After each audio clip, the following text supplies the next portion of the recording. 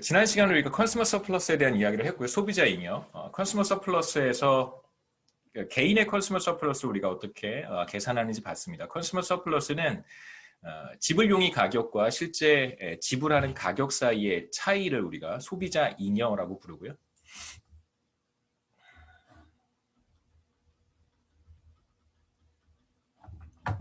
그래서 지난 시간에 우리가 어떻게 소비자 잉여를 한 사람의 한 개인의 소비자 잉여를 어떤 식으로 계산할 수 있는지 살펴봤습니다. 이제 이번에는 시장 전체의 수요 곡선을 우리가 알 수 있다면 그렇다면 시장 전체의 소비자 잉여를 계산할 수 있는데 여기서 조심하셔야 되는 것은 앞서 지불 용의 가격이라고 할 때 개인의 수요 곡선에서는 첫 번째 청바지를 구매할 때 내가 지불할 용의가 있는 최대 금액이 얼마인가를 얘기할 수 있지만 시장 수요 곡선으로 우리가 이렇게 오면 이 가로축을 그렇게 여러분 이해하시는 것이 좋습니다. 여기에 무수히 많은 사람들이 사실 있는 것이고 사람마다 뭐 어떤 사람은 청바지를 2개 살 수도 있고 어떤 사람은 뭐 5개 살 수도 있고 그렇습니다. 실제로 구매한다면 가장 좋은 방법은 전에도 말씀드렸지만 여기 사람들이 쭉 줄을 서 있고요. 이렇게 줄을 쭉 서 있고 이 사람들의 순서가 어떤 순서냐면 모두 다 청바지를 하나만 구매한다고 가정을 하세요. 그러니까 이해를 돕기 위해서 설명하는 겁니다. 약간 비현실적이지만 여러분이 이해할 수 있는 가장 좋은 방법이 이거인 것 같아요. 첫 번째 있는 사람은 청바지를 굉장히 원하는 사람이에요. 청바지에 대한 욕구가 굉장히 강한 사람이고 그 다음에 이 맨 끝에 있는 사람으로 갈수록 점점점 청바지에 대한 욕구가 적은 사람입니다. 그래서 청바지 한 벌을 사는데 다 지불 용의 가격이 다르겠죠. 개인마다 willingness to pay가 다 다를 거예요. willingness to pay가 가장 높은 사람을 맨 앞에 세우고 그 다음 순서대로 그래서 willingness to pay가 첫 번째에 있는 사람은 얼마나 높냐면 이 사람이 바지를 구입할 때 청바지 하나씩 다 구입하는 거고요. 125달러를 지불할 용의가 있는 사람인 거예요. 그래서 지불 용의가 가장 높은 사람 순서로 쭉 줄을 세웠다고 생각을 하시고요. 그러면 이제 시장 수요 곡선을 우리가 그렇게 이해할 수 있습니다. 20번째 사실은 2천만 번이죠. 밀리언스니까 20 밀리언스니까 2천만 번째 혹은 뭐 20번째 있는 사람이 청바지 한 벌을 구입할 때 얼마를 지불할 용의가 있는가 100달러다 이렇게 생각하시면 돼요. 첫 번째 있는 사람은 125달러. 그래서 우리가 시장 수요 곡선에 대해서도 컨슈머 서플러스를 이야기할 수 있습니다. 시장에서의 가격이 50달러로 주어지면 맨 앞에 있는 사람이 지불할 용의가 있는 가격은 125달러예요. 그런데 시장에서 실제로 지불하는 가격은 50달러란 말이에요. 이 사람은 얼마만큼 해피한 거냐면 이 가격 차이만큼 해피한 거예요. 이 사람은 125달러를 내고도 청바지를 구매할 의사가 있는 사람인데 실제로 시장에서 50달러만 지불했으니까 75달러만큼의 컨슈머 서플러스가 이 사람한테 발생한 것이고 두 번째 있는 사람은 조금 더 낮은 가격의 지불용이 금액을 갖겠지만 여전히 뭐 50달러만 지불하면 되니까 두 번째 사람은 요 차이만큼의 소비자 잉여가 발생하고 세 번째 사람은 요 차이만큼 그런 식으로 쭉 우리가 더해가면 지불용이 가격과 시장 가격 사이의 차이를 다 계산할 수 있습니다. 이제 그걸 컨슈머 서플러스라고 하죠. 마지막에 있는 사람만 한번 생각해 보면 60번째 있는 사람은 이 사람의 지불용이 금액은 정확히 시장 가격과 같은 50달러예요. 그래서 이 사람은 뭐 컨슈머 서플러스가 제로겠죠. 여기 있는 사람의 컨슈머 서플러스는 요 뒤에 있는 사람은 어떤 사람이냐면 지불용이 금액이 시장 가격보다 낮은 사람이에요. 그래서 이 사람은 시장에 들어가지 않습니다. 그러니까 자기가 청바지를 하나 구매했을 때 지불할 수 있는 최대 금액이 50달러보다 적기 때문에 이 사람은 절대 청바지를 사지 않겠죠. 그렇죠? 그러니까 청바지를 구매하는 사람은 이 60번째 사람까지일 것이고 이 사람들의 컨슈머 서플러스를 이렇게 다 더하면 계산할 수 있습니다. 만약에 시장 수요 곡선이 이렇게 직선의 형태를 갖는다면 그러면 뭐 컨슈머 서플러스를 우리가 쉽게 계산할 수 있죠. 그렇죠? 삼각형의 면적이니까. 그래서 아랫변 곱하기 높이 나누기 2. 그래서 6천만이죠. 60 밀리언, 그 다음에 타임스 75, 그 다음에 나누기 2 하면 됩니다. 그래서 시장 수요 곡선이 주어져 있을 때 뭐 여러분 소비자 잉여, 컨슈머 서플러스를 계산하라라고 한다면 이제 이런 식으로 계산하면 되겠죠. 그래서 얼마인가요? 22억 5천만 달러가 컨슈머 서플러스가 됩니다. 그래서 굉장히 중요한 그 인투이션이 있는데 시장이 존재해요. 어떤 재화든 어떤 서비스든 간에 시장이 존재한다면 사실상 컨슈머 서플러스는 항상 존재하는 거예요. 더 많은 돈을 지불하고서라도 구매할 용의가 있는 사람이 존재한다는 거잖아요. 그런데 시장 가격은 사실상 그거보다는 조금 낮게 결정이 될 거예요. 예를 들면 125달러를 내고도 난 청바지를 살 수 있는 사람들이 시장에 존재해요. 이런 시장이 형성이 되면 시장 가격은 최대 지불할 용의가 있는 금액보다는 당연히 낮게 결정이 될 것이고, 그러면 시장이 존재한다는 얘기는 실제로 자기가 낼 수 있는 최대 금액보다 적은 가격으로 구매하게 되는 경우가 발생하게 되죠. 그 시장이 존재한다는 얘기가 바로 그 뜻입니다. 자, 그 다음에 이제 시장 가격이 변할 때 컨슈머 서플러스가 어떻게 달라질 수 있는지, 청바지의 가격이 50달러에서 75달러로 상승하게 되면 이제 그러면 컨슈머 서플러스가 줄어들 거예요. 자, 어떻게 줄어드는지 한번 보시죠. 시장 가격이 50달러에서 75달러로 상승했습니다. 이제 그러면 맨 앞에 있는 사람은 여전히 지불용의 금액이 125달러이기 때문에 청바지를 구매해요. 근데 전과 같이 50달러일 때만큼 해피하지는 않겠죠. 서플러스가 좀 줄어들었으니까. 중요한 건 이제 이쪽 뒤에 있는 사람입니다. 60번째 있는 사람의 지불용의 금액은 50달러였는데 이제 청바지 가격이 75달러로 상승했어요. 그럼 이 사람은 더 이상 시장에 들어가지 않습니다. 시장에 참여하지 않고 청바지를 구매하지 않겠죠. 자신이 지불할 수 있는 최대 금액보다 시장 가격이 상승했기 때문에, 그래서 시장에서 청바지를 구매하다가 더 이상 구매하지 않는 사람들이 이만큼 존재하는 거예요. 시장 가격이 상승하면 자신의 지불용의 금액보다 시장 가격이 높은 경우 이 사람들은 시장에 참여하지 않겠죠. 그래서 결국 컨슈머 서플러스는 이제 이만큼으로 줄어들게 됩니다. 이건 이제 시장이 사실 작아진 거예요. 거래량이 줄어든 것이죠. 그렇게 되면 이제 컨슈머 서플러스는 줄어들게 돼요. 그래서 얼마만큼 새로운 줄어든 컨슈머 서플러스는 얼마만큼인가 뭐 간단하게 계산할 수 있습니다. 그렇죠? 가로축에 밑변 40 곱하기 높이가 50이죠. 50달러 나누기 2 하면 줄어든 소비자 잉여를 계산할 수 있고요. 얼마만큼 줄어들었는가? 2.25 빌리언에서 1 빌리언으로 줄어들었으니까 이 차이만큼이 줄어든 컨슈머 서플러스라고 할 수 있습니다. 감소분이죠. 그렇죠? 소비자 잉여의 감소분.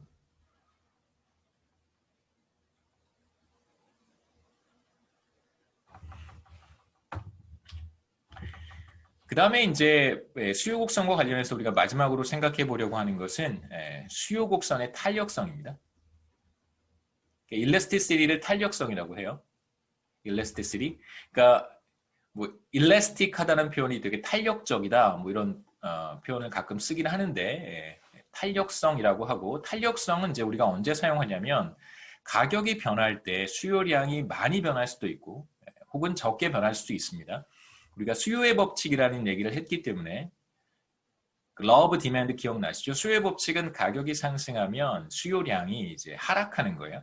대체로 가격이 상승하면 수요량은 줄어드는데 과연 얼마만큼 줄어드는지, 많이 줄어들 수도 있고 적게 줄어들 수도 있습니다. 그래서 많이 줄어들면 탄력적이다라고 얘기를 하고요. 적게 줄어들면 좀 비탄력적이다 이런 얘기를 하는데, 조금 더 정확한 표현은 탄력성이라고 하는 걸 뭘 측정하는 거냐면 이제 두 변수 사이의 관계를 보는 거예요. 한 변수가 변할 때 다른 변수가 얼마만큼 민감하게 반응하는가를 측정하는 하나의 지표고, 여기에서는 두 변수 사이의 퍼센트 변화의 비율로 탄력성을 측정합니다. 그래서 예를 들면 하나의 변수를 x라고 한다면 x 변수의 퍼센트 변화, 그 다음에 y 변수의 퍼센트 변화, x와 y 사이의 관계를 보고 싶어요. 그러면 이제 x의 퍼센트 변화분의 y의 퍼센트 변화로 우리가 탄력성을 측정합니다. 세 가지 개념이 있는데 여기에서는 두 가지 탄력성만 보도록 하겠습니다. 첫 번째가 수요 곡선의 가격 탄력성이고, 수요의 가격 탄력성. 그 다음에 교차 탄력성은 우리가 넘어갈 거고, 나중에 여러분 미시경제학 배우실 때 미시경제학 교수님한테 배우시면 될 것 같고요. 그 다음에 수요의 소득 탄력성. 그러니까 결과적으로 가격이 변할 때 수요량이 어떻게 얼마나 변하는지, 그 다음에 소득이 변할 때 수요량이 얼마나 변하는지. 첫 번째 보려고 하는 것이 수요의 가격 탄력성입니다. 그러니까 하나 이제 여러분 생각해 보시면 좋을 게 뭐 최근에는 그런 재미있는 이슈들이 없죠, 그렇죠? 부동산 뭐 이런 얘기가 다 막 더미네이트해서 예전에 이제 그런 재미있는 일이 있었어요. 담배 가격을 인상하자. 결국은 담배 가격이 인상이 됐습니다만 또 최근에 잠깐 이야기가 나왔다가 뭐 엄청나게 또 이슈가 되긴 했었지만 과거에 이제 담배 가격이 한 5년 전인가요? 한 7, 8년쯤 전에 여러분 혹시 뭐 부모님 중에 담배를 피신다면 한번 여쭤보면 잘 알고 계실 거예요. 담배 가격이 굉장히 큰 폭으로 상승을 했습니다. 그때 이제 디베이트가 뭐였냐면 담배 가격을 인상하는 이유가 뭐냐? 두 가지였었어요. 그러니까 그 디베이트가 있었는데 첫 번째는 그 사람들로 하여금 담배를 적게 피게 해서 건강 증진 그게 이제 정책의 방향이라고 발표를 했죠. 건강 증진이고 사람들이 담배가 비싸지면 담배를 적게 피려고 할 테니까 그러면 뭐 담배를 피는 사람뿐만 아니라 간접 흡연자들도 뭐 어느 정도 건강이 증진되는 개선되는 효과가 있을 것이다. 담배 가격이 상승해서 담배를 적게 피게 된다면. 또 하나의 디베이트는 뭐냐면 이거는 세금을 더 걷기 위한 목적이다. 두 가지 디베이트의 가장 큰 차이점이 이런 거예요. 담배 가격이 올라가면 사람들이 담배를 적게 필 것이다. 굉장히 많은 사람들이 담배를 끊게 되면 건강 증진 효과가 사실 굉장히 크게 나타날 거예요. 그래서 첫 번째 디베이트의 핵심은 뭐냐면 담배 가격이 상승할 때 담배를 끊는 사람들이 많아질 거라는 거예요. 그렇죠? 그러니까 퀴트하는 사람이 굉장히 많아질 것이고 두 번째 디베이트는 뭐냐면 그렇지 않을 거라는 거예요. 많지 않을 것이다. 그렇기 때문에 여전히 담배 가격이 인상된다고 하더라도 여전히 많은 사람들이 담배를 끊는 사람들이 적을 거라는 거죠. 그렇기 때문에 결과적으로는 세금만 늘어날 것이다. 이게 이제 중요한 디베이트였었습니다. 핵심은 그거예요. 여기서 이제 우리가 취해야 되는 접근은 경제학자들이니까 여러분 잠재적 경제학자들이잖아요. 우리가 취해야 되는 접근은 뭐냐면 과연 담배값이 인상될 때 얼마나 많은 사람들이 담배를 끊을 것인가라는 거예요. 그게 과학이죠, 그렇죠? 거기에서부터 출발을 해야 됩니다. 자, 그러면 얼마만큼의 건강 증진 효과가 있을 것인지, 얼마만큼의 세수 증대 효과가 있을 것인지 이제 그 얘기를 우리가 할 수 있는 거예요. 예전에 있었던 하나의 디베이트입니다. 근데 재미있는 것은 담배는 가격이 인상된다고 하더라도 그 담배를 끊는 사람들이 그렇게 많지 않아요. 그게 사실은 커먼 센스예요. 대부분 다 알고 있습니다. 그렇기 때문에 이제 논란이 사실 됐던 것이죠. 자, 이제 우리가 보려고 하는 첫 번째는 가격이 변할 때 수요량이 얼마만큼 변하는가, 수요의 가격 탄력성이고, 이걸 우리가 뭐라고 정의하냐면 가격이 1% 변할 때 수요량이 몇 퍼센트 변하는가 가 바로 수요의 가격 탄력성입니다. 그러니까 예를 담배만 생각해 보면 담배 가격이 1% 상승해요. 예를 들면 예전에 3,000원인가 2,500원인가 그랬었어요. 3,000원에서 3,300원이 10%죠. 3,000원에서 3,030원으로 1% 상승할 때 과연 담배 수요량은 몇 퍼센트 하락할 것인가가 바로 수요의 가격 탄력성입니다. 그래서 가장 뭐 쉽게 생각할 수 있는 것은 가격의 퍼센트 변화분의 수요량의 퍼센트 변화죠. 퍼센트 변화분의 가격의 퍼센트, 우리가 관심을 갖는 가격의 퍼센트 변화분의 수요량의 퍼센트 변화로 측정을 합니다. 이 둘은 같은 말이에요. 이 말과 이 말은 같은 말입니다. 왜냐하면 가격의 퍼센트 변화가 예를 들어서 10% 나타났다고 하면 10%로 나눠준 거니까 1%당 효과를 보겠다는 거기 때문에 이 둘은 같은 개념입니다. 자, 청바지에 우리 수요 곡선을 알고 있고요. 이건 한 사람의 어떤 개인의 수요 곡선이죠. 그렇죠? 이 사람의 그 수요의 가격 탄력성은 어떻게 될까? 두 점을 비교해 볼 텐데 가격이 $25일 때 이 사람은 청바지를 4개를 구입하고요. 어디 있죠? 예, $25일 때 4개를 구입하고 그 다음에 가격이 $50로 상승하면 청바지의 수요량은 3개로 줄어듭니다. 이렇게 줄어들죠. 그래서 가격은 $25에서 $50로 변하고 수요량은 4개에서 3개로 줄어들어요. 그러면 가격의 퍼센트 변화는 어떻게 되냐면 쉽게 계산할 수 있습니다. $25에서 $50가 됐으니까 2배 된 거잖아요. 그 100%예요. 가격의 퍼센트 변화는 100%. 여러분 이거 하실 수 있어야 됩니다. 시험 문제 제가 낼 거예요. 그 다음에 수요량의 퍼센트 변화는 수요량은 몇 퍼센트 변했는가? 여기에서 이렇게 가는 거잖아요. 4에서 3으로 간 거예요. 그래서 3-4분의 4 하면 되죠. 곱하기 100. 이게 퍼센트 변화죠. 4에서 3으로 갔으니까 변화분은 3-4. 그 다음에 출발점으로 나눠주는 거예요. 4. 그러면 계산해 보시면 마이너스 4분의 1 곱하기 100이니까 마이너스 25%. 그래서 수요량의 퍼센트 변화는 마이너스 25%. 그래서 100%분의 25% 하면 결과적으로 100% 변할 때 25% 변한 거니까 1% 변할 때 몇 퍼센트 변할까?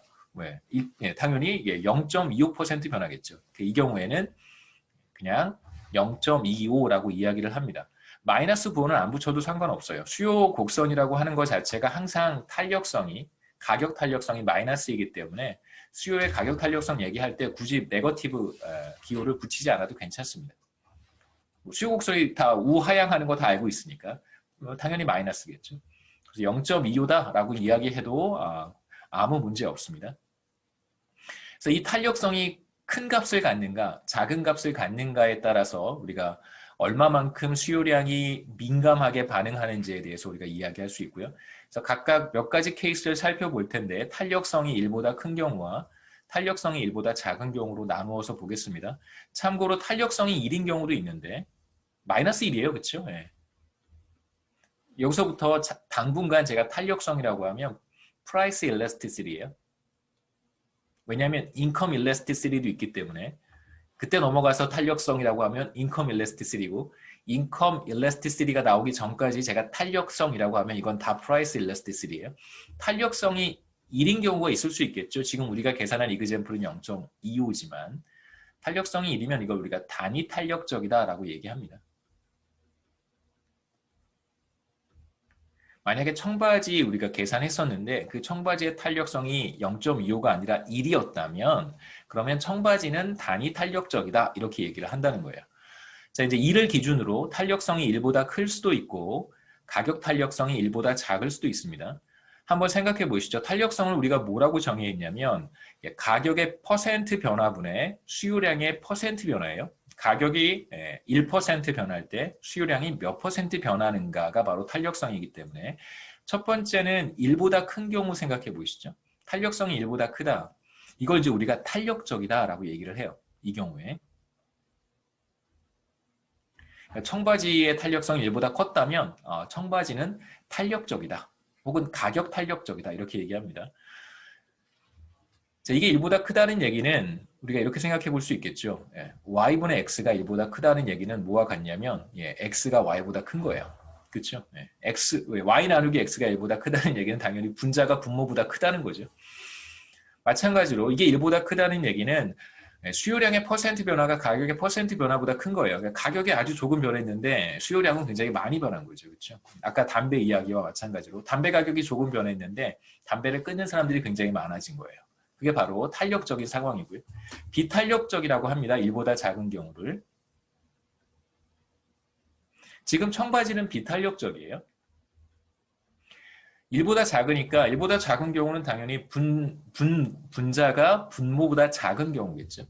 그래서 가격의 퍼센트 변화가 수요량의 퍼센트 변화보다 큰 경우라고 할 수 있어요. 그러니까 뭐 가격이 조금 변했는데 수요량의 변화는 그거보다 더 작은 거예요.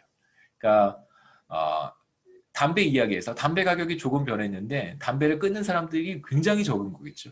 담배 수요량의 변화가 굉장히 작은 경우 비탄력적이라고 이야기를 합니다. 네, 뭐 하나 이그젬플 생각해 볼 수 있는데요.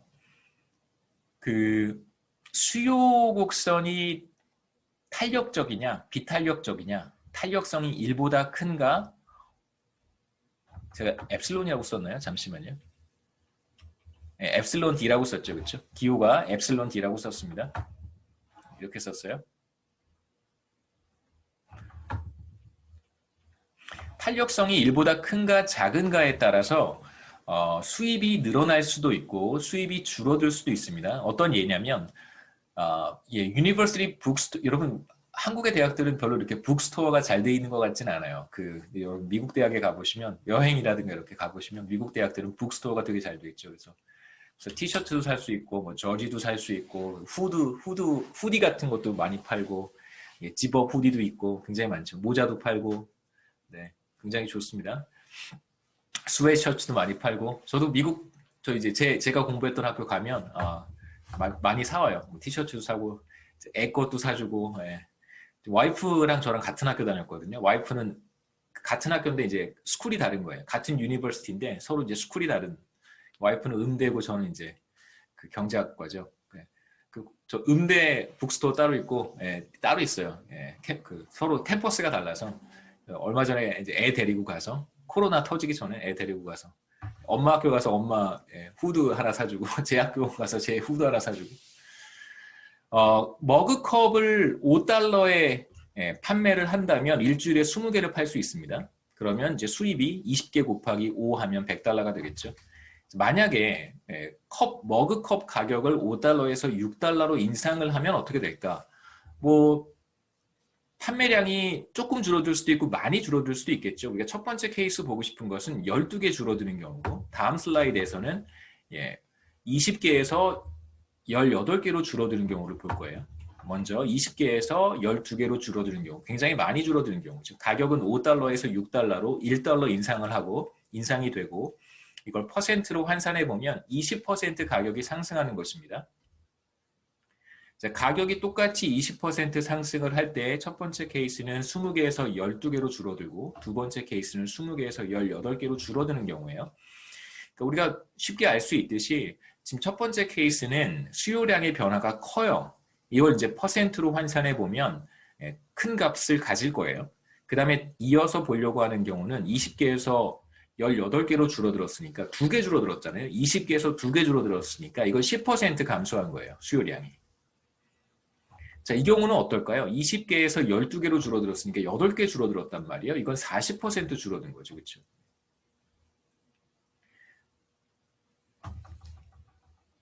그러니까 첫 번째 케이스는 가격이 20% 상승할 때 수요량이 40% 줄어들고 두 번째 케이스는 가격이 20% 상승할 때, 죄송합니다. 가격이 20% 상승할 때 수요량은 10% 줄어들어요. 탄력성을 각각 비교해 보겠습니다. 첫 번째 케이스는 가격이 20% 상승할 때 수요량이 40% 줄어들었으니까 이거 마이너스인데 마이너스 빼도 괜찮다고 했어요. 탄력성이 2예요. 탄력성이 굉장히 큽니다. 탄력적이에요. 1보다 크죠. 두 번째 케이스는 계산하기 쉽습니다. 가격이 20% 상승했을 때 수요량, 여기서 판매량이지만 같은 개념이에요. 수요량이 10% 하락했어요. 그래서 탄력성을 계산해 보면 2분의 1이니까 0.5가 돼요. 이건 1보다 작습니다. 비탄력적이에요.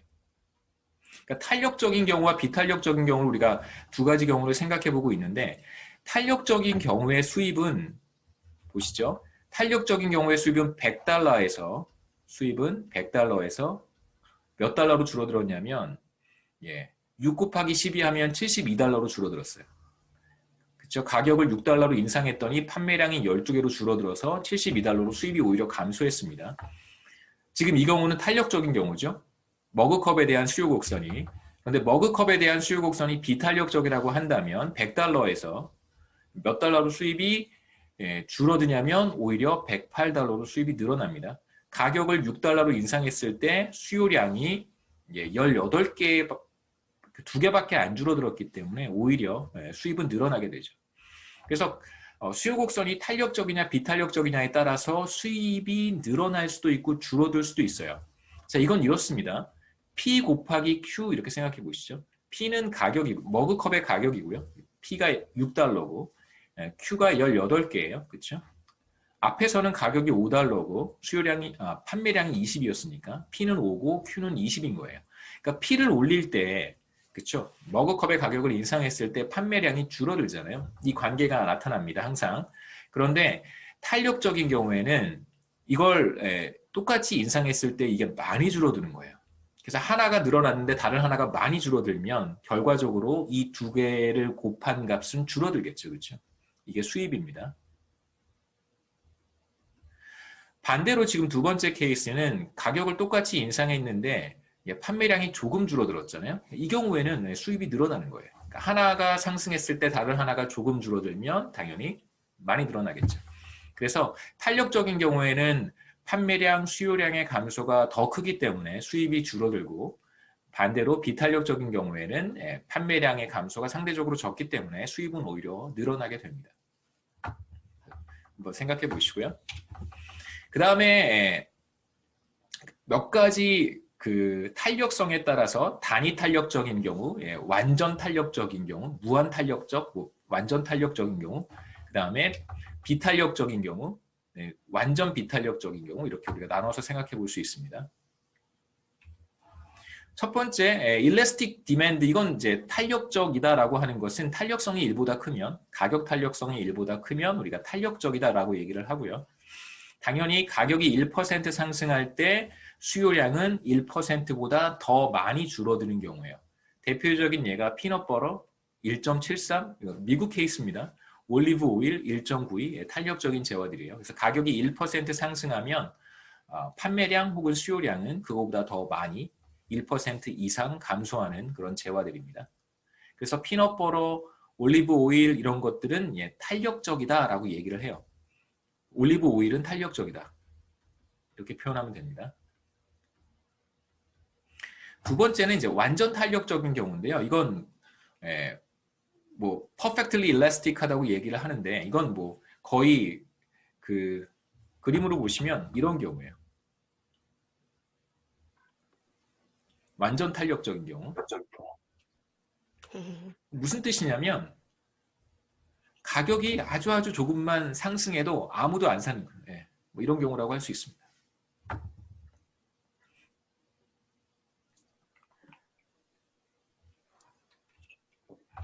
그 다음에 그렇죠? 가격이 조금만 상승해도 아무도 구매하지 않는 거예요. 그 다음에 세 번째는 단위 탄력적인 경우, 제가 아까 말씀드렸습니다. 탄력성이 1인 경우, 그래서 가격이 1% 상승할 때 수요량이 정확히 1% 줄어드는 그러한 재화를 우리가 단위 탄력적이다라고 얘기를 하고요. 그 다음에 비탄력적인 경우는 탄력성이 1보다 작은 재화들을 가리켜서 비탄력적이라고 하고, 아까 말씀드렸던 담배, 대표적으로 비탄력적인 재화예요. 왜냐하면 중독성이 좀 있기 때문에 끊기가 쉽지 않단 말이야.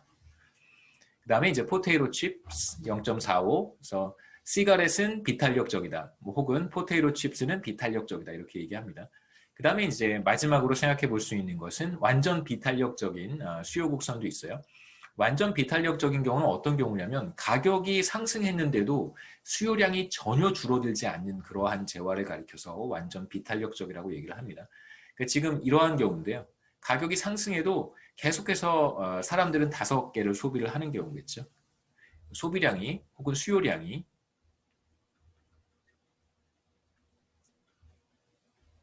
변하지 않아요. 그래서 완전 비탄력적인 경우 탄력성이 얼마일까요? 숫자로 말한다면 이 경우에 얼마일까요? 완전 비탄력적인 경우 탄력성은 얼마일까? 퀴즈예요. 네. 0이요. 네? 0이요. 그렇죠. 네. 훌륭합니다. 자, 그러면 완전 탄력적인 경우 탄력성은 얼마일까요?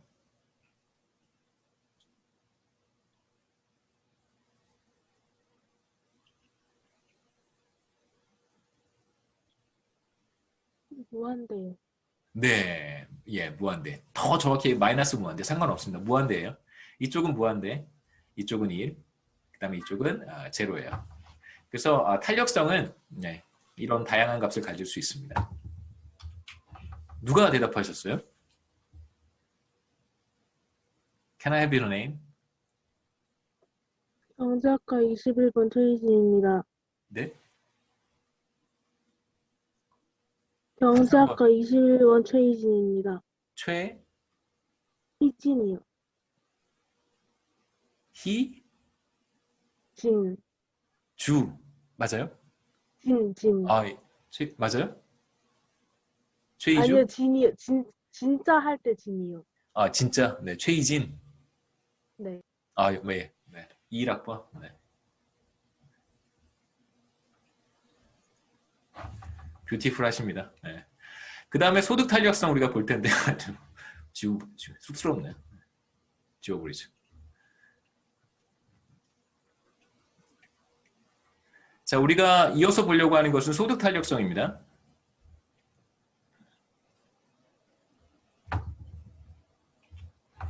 예, 소득 탄력성은 개념은 사실 똑같아요. 근데 이제 분모에 뭐가 오냐면 이제 소득이 1% 변할 때 수요량이 몇 퍼센트 변하는가가 바로 수요의 소득 탄력성입니다. 그러니까 소비자들의 소득이 변해도 어떤 재화나 서비스에 대한 소비량, 수요량이 달라질 수 있잖아요. 그렇죠? 예, 그 소득에 따른 변화를 보겠다는 거예요. 그래서 여기서는 분모가 소득의 퍼센트 변화예요. 그래서 개념은 소득이 1% 변할 때 혹은 뭐 증가할 때 수요량이 몇 퍼센트 변하는가.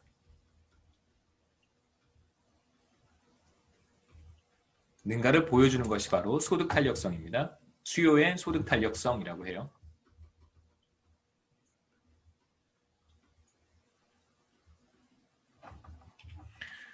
자, 소득 탄력성은 플러스 값을 가질 수도 있고, 그러니까 소득 탄력성에 대한 이야기를 할 때는 부호를 조심하셔야 돼요. 그러니까 수요의 가격 탄력성, 그러니까 price elasticity는 수요의 법칙이 작동하기 때문에 항상 마이너스 값을 가져요. 그래서 굳이 이제 우리가 부호에 신경 쓸 필요가 없다고 말씀을 드렸습니다만, 소득 탄력성은 이게 플러스 값을 가질 수도 있고, 마이너스 값을 가질 수도 있어요. 사실 대체로 마이너스 값을 갖는 경우는 흔하지는 않습니다. 대체로 플러스 값을 갖는 것이 일반적이고 마이너스 값을 갖는 경우가 덜어 있을 수 있겠죠. 자, 이제 소득 탄력성이라고 하는 것을 계산을 했어요. 그랬더니 플러스 값이 나왔다. 그럼 그러한 재화를 우리가 정상재라고 부릅니다. 그러니까 사람들이 소득이 늘어나면 어떤 재화에 대한 소비량, 수요량이 늘어날 거예요. 그게 일반적이잖아요. 그렇죠? 사람들이 전부 다 더 부유해지면 소득이 늘어나거나 구매력이 증가하면 일반적으로 더 많은 재화를 소비할 테니까 정상재라고 합니다. 그래서 소득이 늘어날 때 뭐 소득 탄력성이 플러스인 재화라고 해도 괜찮고요. 그러니까 정상재를 이렇게 정의해요. 소득이 늘어날 때 수요량 혹은 소비량이 늘어나는 재화. 뭐 대체적으로 우리 주변에 그러한 재화들이 굉장히 많죠. 그렇죠? 예. 그래서 이러한 재화들의 소득 탄력성은 0보다 큰 값을 갖습니다. 포지티브고요. 그 다음에 이제 마이너스 값을 갖는 경우가 있는데 이러한 재화를 우리가 열등재라고 불러요. inferior good이라고 부르고 열등재는 소득이 늘어날 때 오히려 소비량이 줄어드는 그런 재화입니다.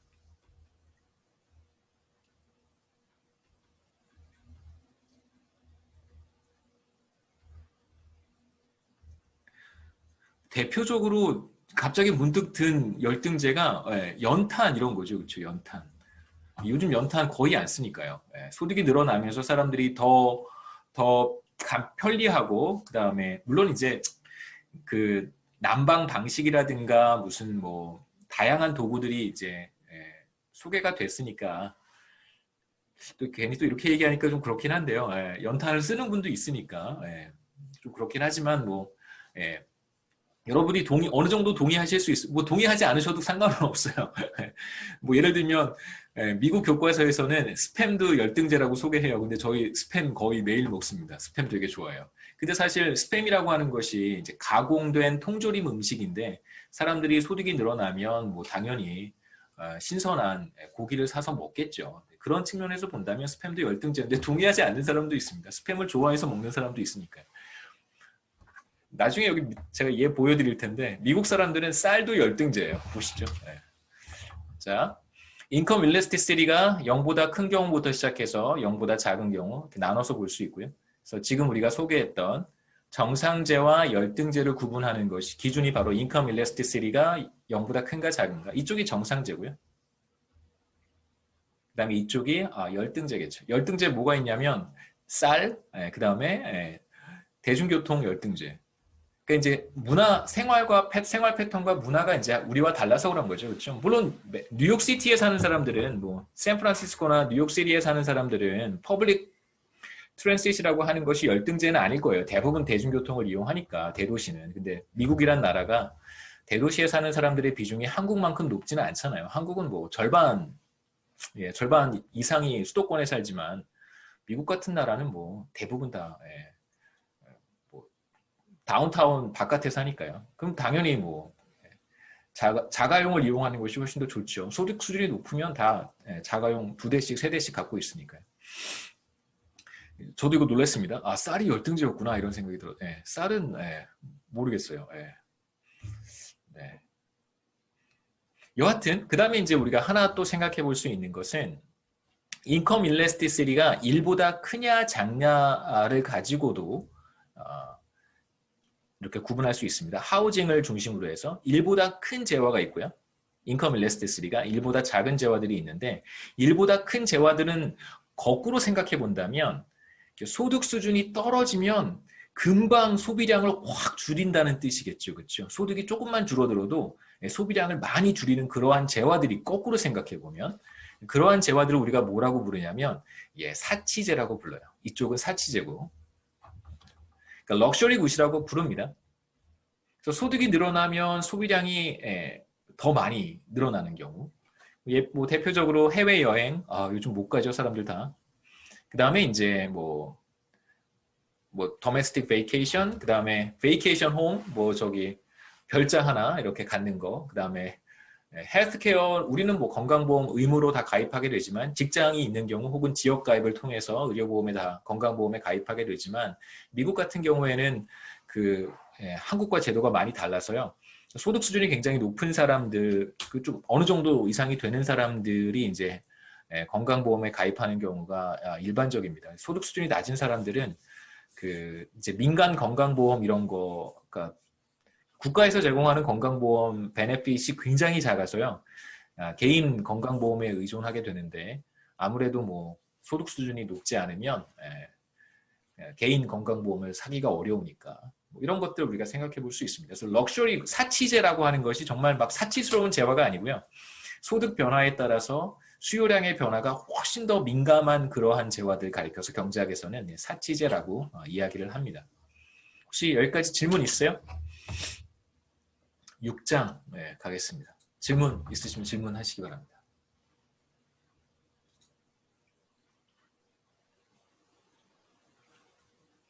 그래서 우리가 6장까지 조금 시간을 좀 많이 투입해서 보려고 하고요. 그다음에 7장부터 몇 개 챕터는 제가 그냥 거의 수박 겉핥기식으로 넘어갈 거예요. 여러분들이 중요하게 알고 있어야 된다고 생각하는 부분들은 조금 제가 설명을 많이 하고 그 이외의 부분들은 이제 어느 정도 거의 모든 챕터는 다 커버를 해야 됩니다. 그래야 여러분들이 나중에 다른 더 세부적인 전공 분야로 들어갔을 때 낯설지 않을 거라고 생각을 하고 개인적으로 생각했을 때 중요하다고 생각되는 부분은 조금 시간을 많이 할애하고 그렇지 않은 부분들은 그냥 빠르게 넘어가겠습니다. 질문 없으시면 6장, 셀러스 앤 인센티브즈. 우리가 5장에서 봤던 것은 이제 바이어스가 소비자들의 문제고 여기에서는 이제 생산자들의 문제라고 할 수 있어요. 그래서 셀러스라고 하는 뜻은 판매자라고 번역해야 되지 않는가라고 생각할 수도 있겠지만 우린 다 똑같이 취급합니다. 생산자, 그 다음에 뭐 판매자, 그 다음에 공급자. 이 셋은 사실 다르죠. 생산하는 사람 다르고 그것을 공급하는 사람이 또 다르고 뭐 중간 도매상도 있고 중간 소매상도 있고 최종 소비자에게 판매하는 판매자, 리테일러도 있고 다 단계가 있습니다만 우리는 이 셋을 그냥 똑같이 취급하도록 하겠습니다. 뭐 예를 들면 사실 이런 개념들이 그러니까 어떻게 셀러를 생산자, 판매자, 공급자를 똑같이 볼 수 있는가? 사실 옛날에는 되게 힘들었었어요. 옛날에는 생산자가 바로 판매하는 경우가 별로 없었단 말이에요. 근데 최근에 인터넷 홈쇼핑이 발전하면서 이런 사람들이 굉장히 많아졌어요. 자기가 만들어서 자기가 다 판매하는 거죠. 그렇죠? 자기가 사이트 운영하고 실제로 배송도 다 자기가 하는 거예요. 그러니까 이런 사람들이 사실 굉장히 많아졌습니다. 그러니까 오히려 시간이 흘러가면서 사람들이 이해하기 어려웠던 개념들이 조금 더 쉽게 이해되는 경우가 있어요. 첫 번째 우리가 보고 싶은 것은 완전 경쟁 시장에서 생산자들의 문제, 판매자들의 문제고요. 두 번째는 우리가 앞서 바이어스 프로블럼에서 봤던 것처럼 생산자들이 어떻게 의사결정을 하는지 이제 단계별로 살펴보고, 그 다음에 이제 세 번째는 공급 곡선이 어떤 식으로 도출되는 것인가. 앞서 공급 곡선이 이렇게 생겼다, 이런 것이다라고 소개를 했었는데, 여기에서는 그 펀더멘털로 들어가서 생산자들의 문제로부터 공급 곡선이 어떻게 도출되는지, 그 다음에 마지막으로 생산자 잉여가 있겠죠, 그렇죠? 프로듀서 서플러스가 있습니다, PS. 소비자 잉여가 있으면 생산자 잉여도 있겠죠, 그렇죠? 이걸 생산자 잉여라고 합니다. 그다음에 섹션 5와 섹션 6는 우리가 여기서 보지 않고 넘어가죠. 첫 번째, 완전 경쟁 시장에서 생산자의 문제를 볼 텐데, 이제 뭐 완전 경쟁 시장이라고 하는 것은 크게 세 가지 특징을 갖습니다. 첫 번째는 그 어느 누구도 시장에 참가하는 뭐 참가자들, 바이어스, 셀러스 그 어느 누구도 시장 가격에 영향을 미치지 못하는 경우고요. 그다음에 두 번째는 생산자들은 모두 다 동일한 재화를 생산해야 됩니다. 기본적으로 동일한 재화를 생산하고 있는 그러한 시장을 우리가 완전 경쟁 시장이라고 해요. 그러니까 만약에 조금이라도 다른 재화를 생산한다면 그건 완전 경쟁 시장이 아니라고 봅니다.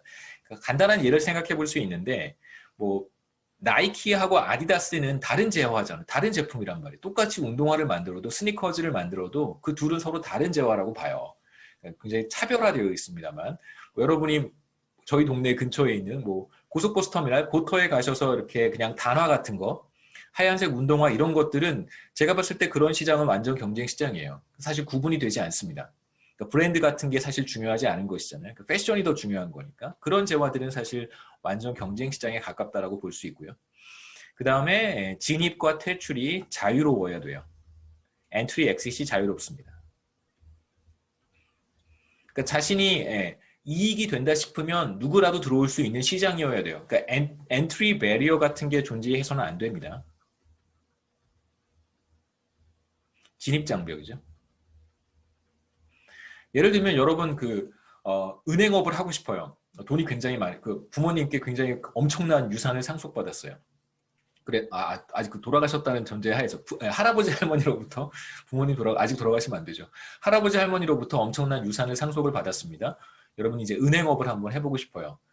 은행업을 할 수 있다고 생각하세요? 할 수 없습니다. 은행업은 대표적인 한국의 규제 산업이고, 내가 돈이 많고 누군가에게 대출을 해주어서 한국 경제를 발전시키겠다고 하는 야망과 꿈과 비전이 있다, 애국심이 있다고 하더라도 여러분은 절대 은행업에 들어갈 수가 없어요. 굉장히 어렵습니다.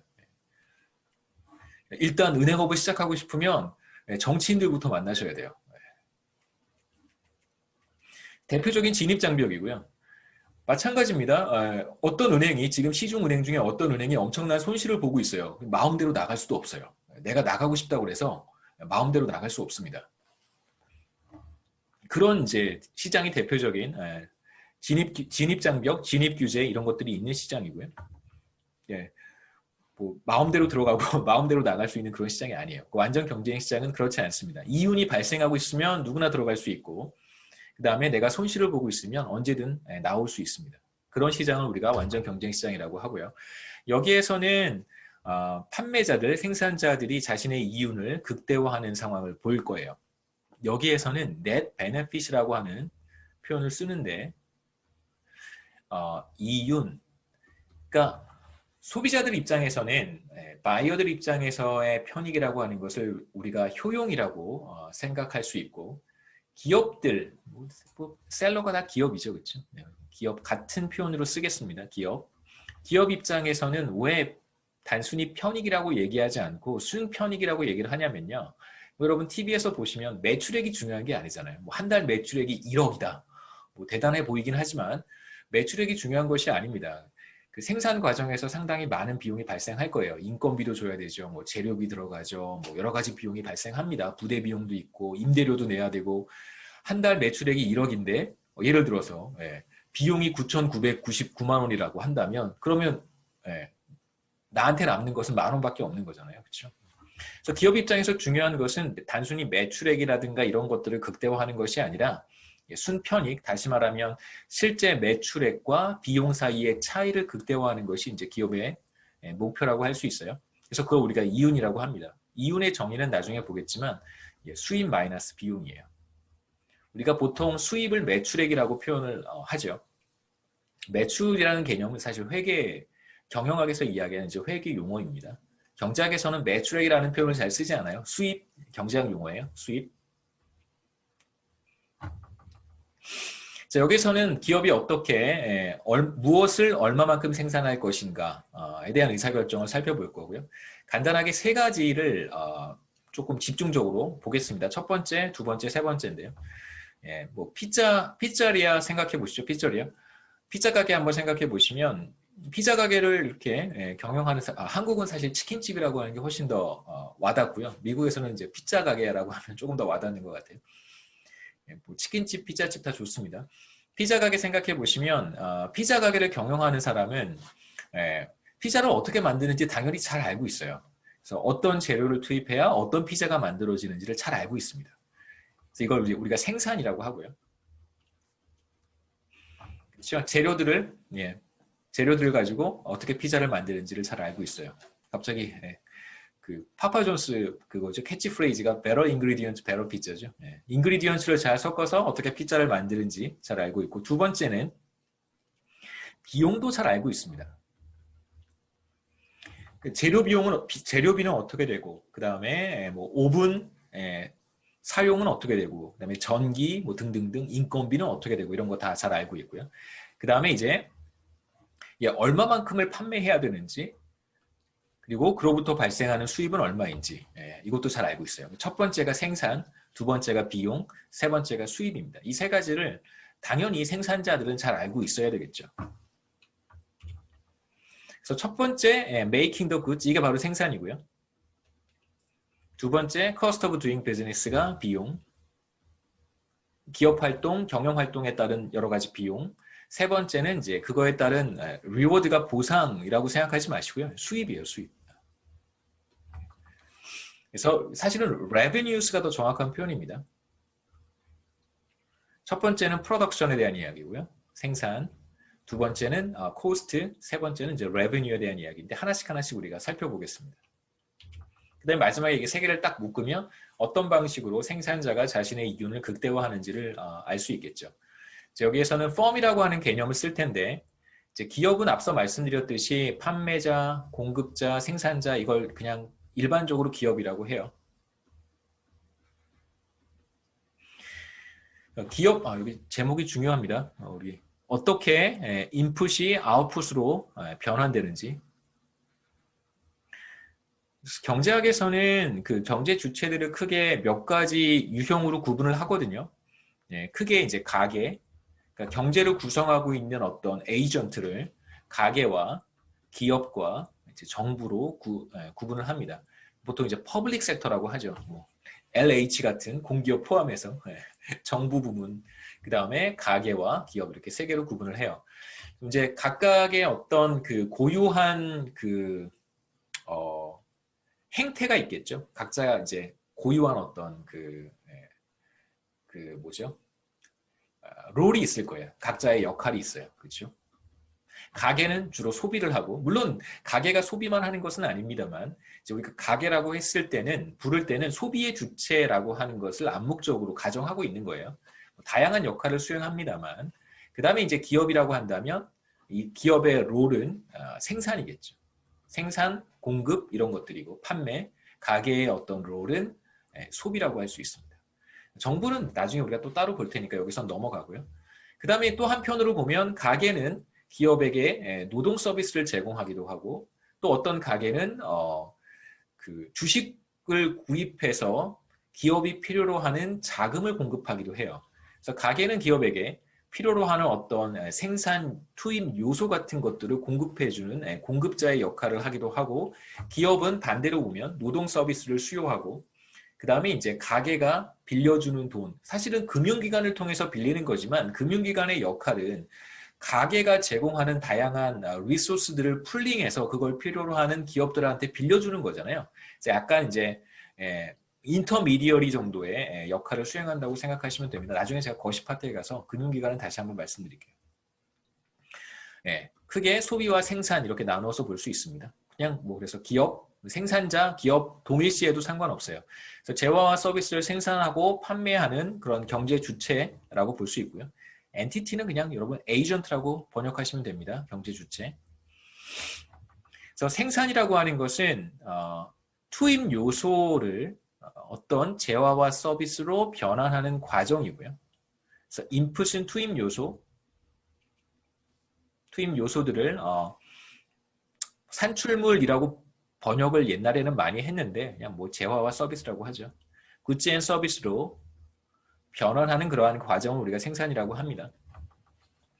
여기에서 우리가 보려고 하는 중요한 투입 요소는 여러 가지가 있겠죠. 우리 피자 이그젬플에서처럼 뭐 여러 가지 재료들, 뭐 페퍼로니, 그 다음에 도우, 뭐 여러 가지가 있을 수 있겠죠. 치즈, 뭐 토마토 소스, 뭐 여러 가지가 있습니다만, 여기에서 우리가 보고 싶은 것은 투입 요소를 크게 노동과 머신으로 구분을 할 거예요. 머신은 다른 말로 이걸 자본이라고 부르기도 합니다. 그래서 투입 요소는 크게 노동과 자본으로 구분을 할 것이고요. 생산 함수라고 하는 것은 얼마만큼의 투입 요소가 얼마만큼의 재화와 서비스로 변환되는가를 수학적으로 표현한 것이 생산 함수입니다. 그러니까 인풋과 아웃풋 사이의 관계를 간단하게 수식으로 표현한 것이에요.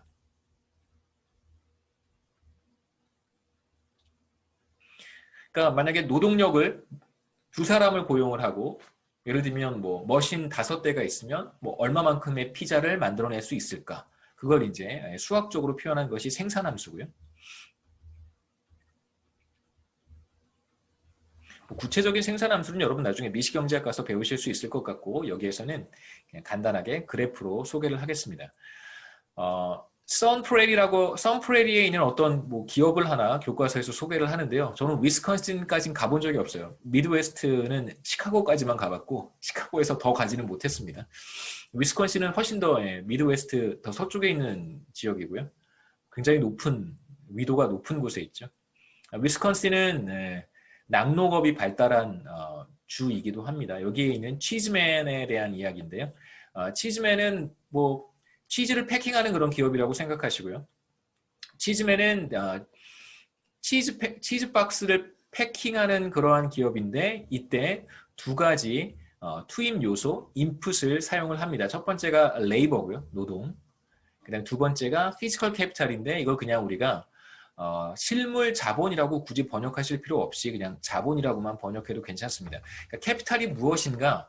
캐피탈은 생산활동에 투입되는 다양한 어떤 뭐 빌딩도 괜찮고요. 건물, 공장 이런 어떤 외형적인 스페이스를 제공하는 모든 것들을 우리가 포함을 하고 그거에 더해서 이퀴먼트죠.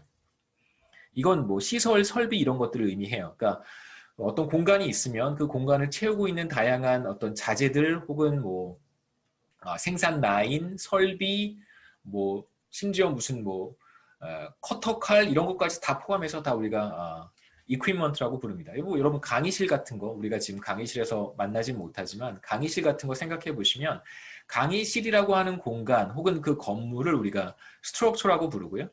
그 다음에 이제 강의실 안을 뭐 보드도 있고 컴퓨터도 있고 빔 프로젝트도 있고 뭐 스크린도 있고 뭐다 있습니다. 책상도 있고 의자도 있고 다 있죠. 그렇죠? 이런 것들을 가리켜서 우리가 이퀴먼트라고 해요. 그럼 레이버는 뭐냐면 제가 레이버죠. 그렇죠? 제가 레이버고 그 이외에 스페이스에 있는 모든 것들이 다 캐피탈이라고 얘기할 수 있습니다. 그래서 레이버와 캐피탈이 결합해서 그러니까 렉처라고 하는 서비스를 생산해 내는 것이다 라고 생각해 볼 수 있겠죠. 그래서 치즈맨은 레이버와 캐피탈을 투입해서 치즈 박스를 만들어냅니다. 단기와 장기에 대한 간단한 소개를 여러분들께 하고 이제 오늘 강의를 마치셔야 될 것 같네요. 단기와 장기에 대한 구분인데요. 자, 우선 단기와 장기를 구분하는 가장 중요한 기준은 실제로 시간이 뭐 5년, 10년, 길면 장기고 아니면 한 달, 두 달, 짧으면 단기다 이렇게 구분하지 않습니다. 단기와 장기의 구분은 고정 투입 요소가 존재하는가 존재하지 않는가로 구분을 해요. 고정 투입 요소. 고정 투입 요소를 우리가 Fixed Factors of Production이라고 하는데요. 고정 투입 요소, 고정 생산 요소, 고정 투입 요소 상관없습니다. 혹은 Fixed Input이라고 불러도 괜찮아요. 그래서 만약에 고정 투입 요소가 존재하면 그건 단기, 고정 투입 요소가 존재하지 않으면 그건 장기예요. 그러니까 숏런이 단기인데 단기는 말씀드렸듯이 고정 투입 요소가 존재하는 기간이고 롱런은 장기고요. 고정 투입 요소가 존재하지 않는 기간입니다. 지금 우리가 두 가지 생산 요소를 생각하고 있어요. 하나가 레이버고 다른 하나가 캐피탈입니다. 레이버와 캐피탈을 우리가 비교해서 생각해 보면 생산 과정에 투입되는 노동력을 줄이거나 늘리거나 하는 의사결정은 비교적 어렵지 않아요. 노동의 조정은 비교적 용이합니다. 그렇기 때문에 대체로 뭐 사람들을 추가로 고용하거나 혹은 사람들을 해고하거나 이러한 과정은 비교적 물론 이제 그런 지적을 할 수 있어요. 한국에서 정규직 근로자들을 인력을 조정하는 것이 쉬운가? 예, 쉽지는 않습니다. 비정규직은 그렇지 않겠죠. 그 대표적인 이유가 기업들이 왜 비정규직을 선호하는가? 예, 단기에 비교적 짧은 시간에 노동력을 조정하는 것이 비교적 쉽기 때문에 그런 것이죠. 여하튼 워커들은 비교적 조정하기가 어렵지 않습니다만 공장을 증축하거나 필요한 설비들을 늘리거나 확충하거나 혹은 생산 커패시티를 줄이기 위해서 뭐 공장의 기계를 처분하거나 혹은 뭐 토지를 매각하거나 이러한 시간들은 비교적 오래 걸릴 수 있습니다. 그렇기 때문에 보통 노동의 조정은 용이하고요. 자본의 조정은 용이하지 않기 때문에 단기라고 할 때 고정 투입 요소가 존재하는 기간이라고 했고 그럼 노동을 조정하기 어려운가 자본을 조정하기 어려운가라고 생각해 본다면 대체로 기업은 자본을 조정하는 것이 쉽지 않습니다. 그래서 단기는 고정 투입 요소가 존재하는 기간인데 그럼 뭐가 고정 투입 요소냐? 조정하기 어려운 투입 요소가 고정 투입 요소예요. 늘리거나 줄이거나 할 수 없는 투입 요소. 그래서 자본이 바로 고정 투입 요소가 됩니다.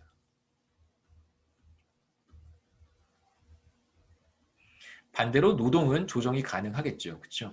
조정이 가능한 투입 요소를 가변 투입 요소라고 불러요. 그래서 여기서 가변 투입 요소가 Variable Factor of Production입니다. 혹은 줄여서 그냥 Variable Input이라고 불러도 괜찮아요. 단기는 자본은 조정이 불가능하고 노동은 조정이 가능한 기간 이렇게 생각하시면 되고요. 그 다음에 이제 장기로 가면 자본도 조정할 수 있고 노동도 조정할 수 있는 그런 기간. 그래서 고정 투입 요소가 존재하지 않고 노동과 자본이 모두 가변 투입 요소가 되는 그러한 기간이라고 생각하시면 됩니다. 그래서 short run, long run이라고 하는 구분, 단기, 장기의 구분은 단순히 시간의 개념이 아니고요. 조정할 수 있는 투입 요소가 존재하는가, 존재하지 않는가로 구분하는 것입니다. 조정하지 못하는 투입 요소가 존재한다면 그럼 그건 단기예요. 하지만 조정하지 못하는 투입 요소가 없어요. 모두 다 조정할 수 있다면 그건 장기예요. 그래서 우리가 지금 이제부터 보려고 하는 것은 고정 투입 요소가 자본이고 반드시 고정 투입 요소가 자본일 필요는 없어요. 그냥 우리 이그젬플에서는 대체로 미시경제학에서는 노동과 자본 두 가지를 생각을 하고 대체로 자본 조정이 단기에 쉽지 않으니까 자본을 고정 투입 요소라고 보는 것이죠.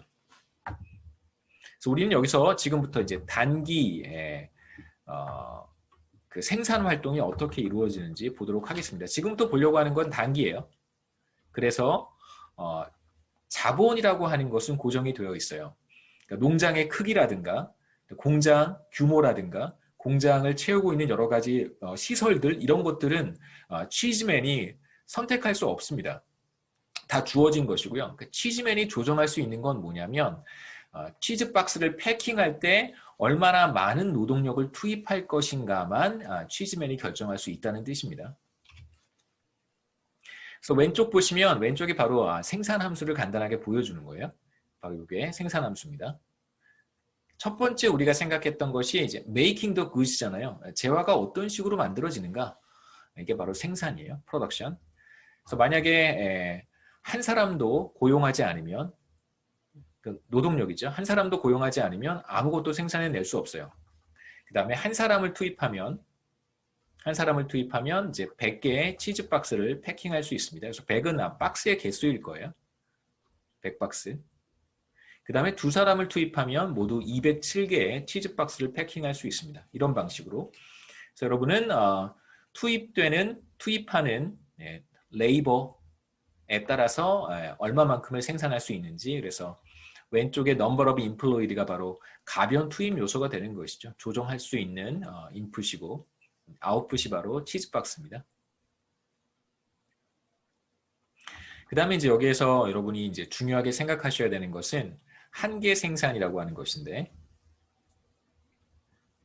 marginal product고요. 한계 생산은 한 명도 투입하지 않을 때는 아무것도 생산해내지 못하지만 첫 번째 노동자를 투입하게 되면 모두 100박스를 만들어낼 수 있습니다. 그러면 첫 번째 노동자가 추가로 생산해내는 생산량이 바로 marginal product예요. 100이죠. 그렇죠? 요 차이입니다.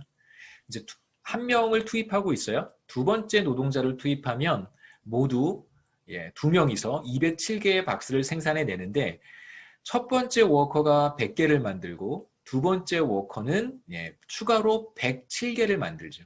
그게 바로 두 번째 워커의 한계 생산입니다. 두 번째 워커의 세컨드 워커의 한계 생산이죠.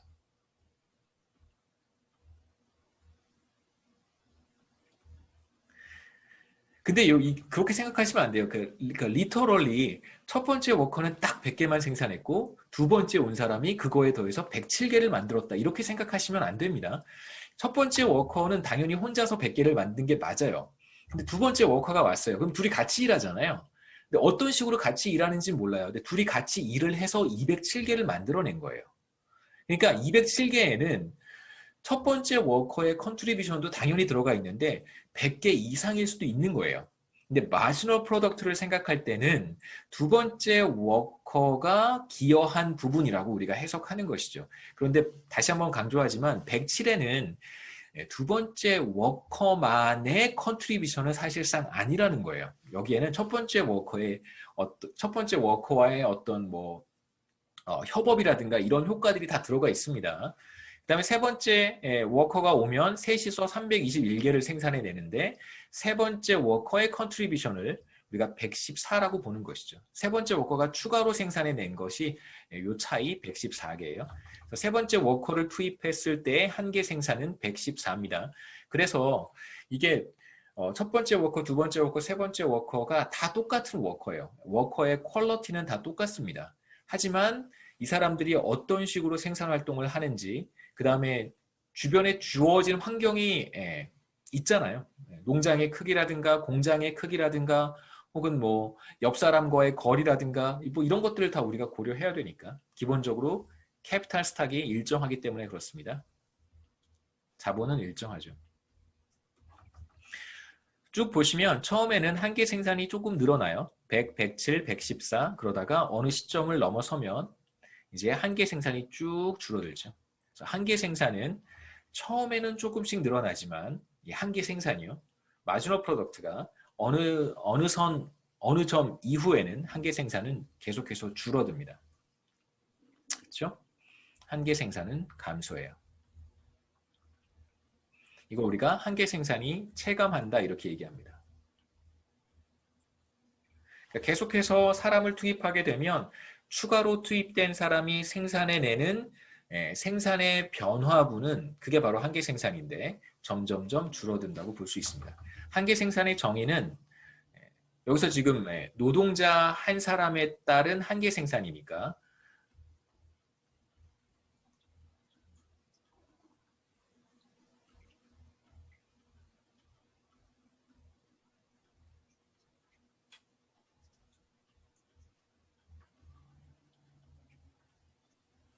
노동자를 한 명 더 투입했을 때 늘어나는 생산량이 바로 노동의 한계 생산. 여긴 지금 뭐 노동을 늘리는 거니까 노동의 한계 생산이라고 부릅니다.